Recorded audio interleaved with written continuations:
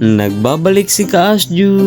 For today's video nga mga Kaasju, tatanggalin nga namin itong bakod sapagkat ang bakod na ito ay para sa mga kambing. Kaso ay binukbang na nila ang aming mga kambing kaya ito na ay aming tatanggalin. Siyempre ay upang ito ay mapakinabangan pa. Kahit samahan nyo kami sa paglalakbay na naman ni Asju Vlog. Kung mapapansin nyo nga ay matagal na talaga ang bakod na ito sapagkat ang iba ay pinutol-putol ko na sapagkat tinubuan na ito ng saging. Hindi lang saging kundi ay may mga ligaw na damo na kumakapit na dito. Ito na nga pala yung mga kalahi mo, mga masasamang damo.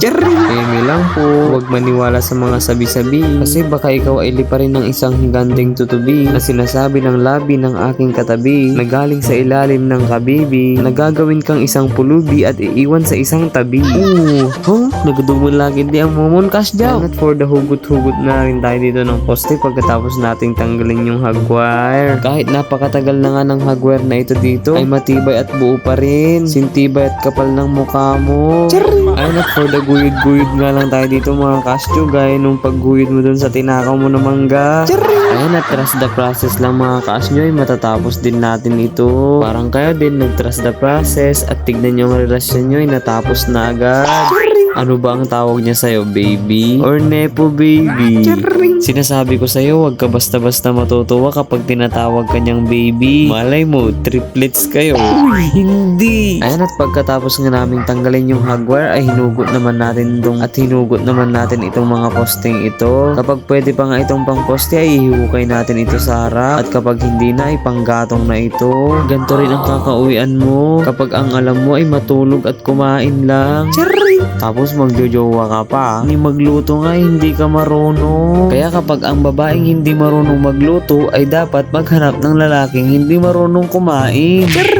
Saan na to patungo? Malunggay pandesal, palit na mo. Papap doon, ayoko bata pa ko. Ayan at for the buko-buko nga tayo mga Kaasju. Ayan at for the goat, nagasungkit-sungkit na nga ang person dito. Ay syempre kung gusto mo makuha ay paghihirapan mo muna. Hindi naman pwede yung ulang na lang ay subuan ka.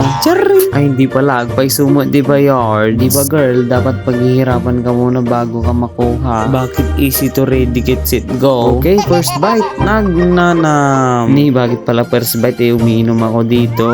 Kung lagi kang nanonood sa mga simple vlogs ni Kaasju ay maaari ka nang mag-follow upang sa gayon siya ay ganahan at mas lalo pa niyang galingan sa mga susunod na video. Malaking tulong na rin ito para sa isang small content creator katulad ko. Advance happy birthday! Ay, advance thank you! Salamat! Ang saya!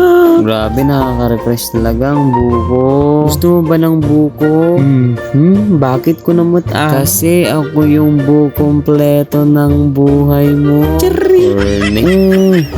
Ayun, dahil palubog na ang araw at hindi na ganong mainit, ay ihukay na nga natin pa yung mga kinuha nating poste na pwede pa dito. Ganito nga lang ang proseso niya.